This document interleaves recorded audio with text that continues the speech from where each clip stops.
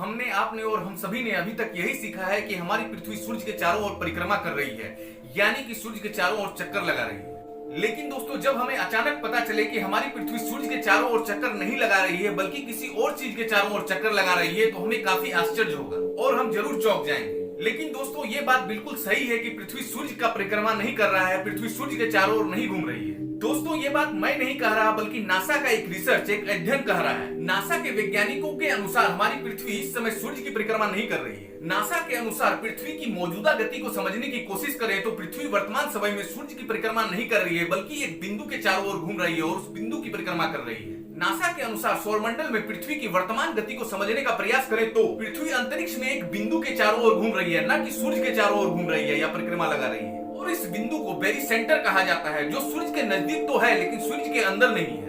गौरतलब है कि सूर्य भी इसी बिंदु के चारों ओर परिक्रमा लगा रहा है, जैसा कि आप हमारे बैकग्राउंड इमेज में देख सकते हैं।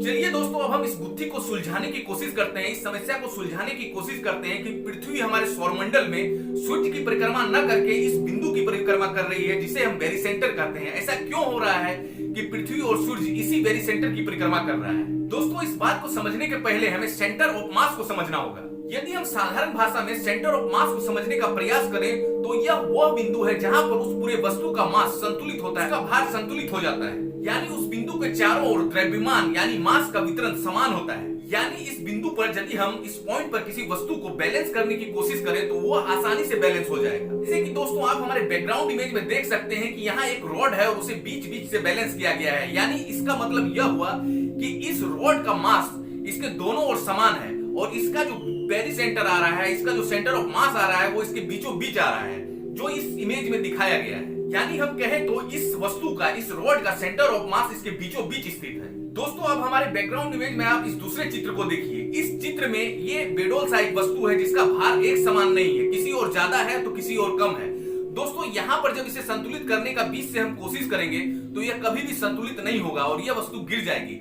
लेकिन देखिए दोस्तों, जहां भार ज्यादा है, जहां भार का डिस्ट्रीब्यूशन ज्यादा है, उसके करीब एक बिंदु है और वहां से इसे बैलेंस करने की कोशिश की गई है, तो यह वस्तु बैलेंस हो गई। यानी इसका सेंटर ऑफ मास इसके बीचों बीच न होकर इसके भार, जहां पर भार ज्यादा है, जहां भार अधिक है, उसके करीब है। यानी इसका सेंटर ऑफ मास बीचों बीच नहीं है। इसका मतलब ये जरूरी नहीं है कि किसी वस्तु का सेंटर ऑफ मास उसके बीचों बीच होगा और हमें इस वस्तु को बैलेंस करने के लिए सेंटर ऑफ मास से पकड़ना होगा या सेंटर ऑफ मास के पास से बैलेंस करना होगा। दोस्तों, हम ऐसा कह सकते हैं कि इसी बैलेंस करने वाले पॉइंट को सेंटर ऑफ मास कहते हैं या इसे ही हम बेरी सेंटर भी कह सकते हैं। दोस्तों देखिए, यहाँ मैंने एक चम्मच को लिया है और इस चम्मच को मैं बैलेंस करने की कोशिश करता हूँ इसके बीचों बीच अपनी उंगली रखकर। देखिए,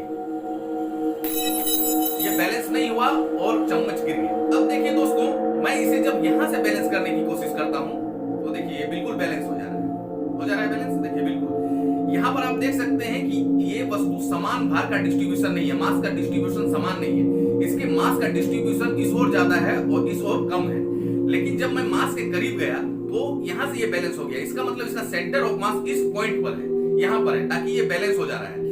इसी सिद्धांत पर हम ये समझने की कोशिश करेंगे कि हमारी पृथ्वी सूर्य के चारों ओर परिक्रमा न लगाकर एक बेरी सेंटर, एक पॉइंट के चारों ओर परिक्रमा कैसे कर रही है। इसी सिद्धांत से ये बात क्लियर होगा। तो चलिए दोस्तों, हम लोग वीडियो में आगे बढ़ते हैं। दोस्तों चलिए हम बेरी सेंटर के बारे में कुछ और बातों को समझते हैं। बेरी सेंटर का मतलब तो हम यहाँ समझ गए, जहाँ सेंटर ऑफ मास होता है, जहाँ सारे मास का डिस्ट्रीब्यूशन एक दूसरे को बैलेंस करता है और वो पॉइंट हमें प्राप्त होता है, उसे हम बेरी सेंटर कहते हैं। अब चलिए इसके बारे में कुछ और बातों को देखते हैं। दोस्तों, हमारे सौर मंडल में बेरी सेंटर वो पॉइंट है जिसके चारों ओर ये सारे ग्रह, ये सारे 8 ग्रह जो हैं, जिसमें बृहस्पति, शुक्र, बुध, हमारी पृथ्वी और मंगल ग्रह हैं, ये सब इस बेरी सेंटर के चारों ओर परिक्रमा कर रहे हैं। यहाँ तक कि सूर्य भी इसी बेरी सेंटर के चारों ओर घूम रहा है और यह पॉइंट जो है वो सूर्य के नजदीक है लेकिन सूर्य के अंदर नहीं है। दोस्तों, यह वह पॉइंट है जहाँ गुरुत्वाकर्षण प्रणाली के सभी द्रव्यमान एक दूसरे को संतुलित करते हैं। दोस्तों, यदि हम उदाहरण के तौर पर बात करें तो हमारी पृथ्वी की परिक्रमा चंद्रमा कर रही है और हम कहते हैं कि चंद्रमा पृथ्वी की परिक्रमा कर रही है। ये बात बिल्कुल सही है, लेकिन चंद्रमा हमारे पृथ्वी के सेंटर के चारों ओर परिक्रमा नहीं कर रही है, क्योंकि इसका जो बेरी सेंटर है वो पृथ्वी के सेंटर में न होकर थोड़ी बाहर है, लेकिन हाँ पृथ्वी के अंदर जरूर है। इसीलिए चंद्रमा जो है इसके केंद्र के चारों ओर चक्कर नहीं लगा रही है, पृथ्वी के केंद्र के चारों ओर चक्कर नहीं लगा रही है, पृथ्वी की चक्कर लगा रही है और इसके केंद्र के बगल में इसका बेरी सेंटर है, यानी केंद्र में नहीं है। यानी चंद्रमा जिस पॉइंट की परिक्रमा कर रही है वो पृथ्वी के केंद्र में नहीं है और इसी पॉइंट पर चंद्रमा और पृथ्वी का भार संतुलित होता है, केंद्रित होता है, यानी इसे हम सेंटर ऑफ मास भी कह सकते हैं। दोस्तों अब हम देखते हैं कि हमारे सौरमंडल में सूर्य के अलावा बहुत सारे ग्रह हैं, 8 ग्रह हैं। इसमें से बृहस्पति और शनि भारी ग्रह हैं जिनका द्रव्यमान काफी है और इन्हें नेग्लेक्ट नहीं किया जा सकता है। दोस्तों हमारे सौरमंडल में सबसे बड़ा, सबसे भारी, सबसे ज्यादा द्रव्यमान वाली कोई वस्तु है, कोई चीज है तो वो सूर्य है और इसका द्रव्यमान बृहस्पति के द्रव्यमान से 1048 गुना अधिक है। आप समझ सकते हैं दोस्तों कि बृहस्पति हमारे सौरमंडल का सबसे बड़ा ग्रह है और उसके द्रव्यमान से सूर्य का द्रव्यमान 1048 गुना अधिक है। लेकिन दोस्तों यहाँ पर हम अपने सौरमंडल के दूसरे ग्रहों यानी बृहस्पति, शनि के भार को भी नेग्लेक्ट नहीं कर सकते।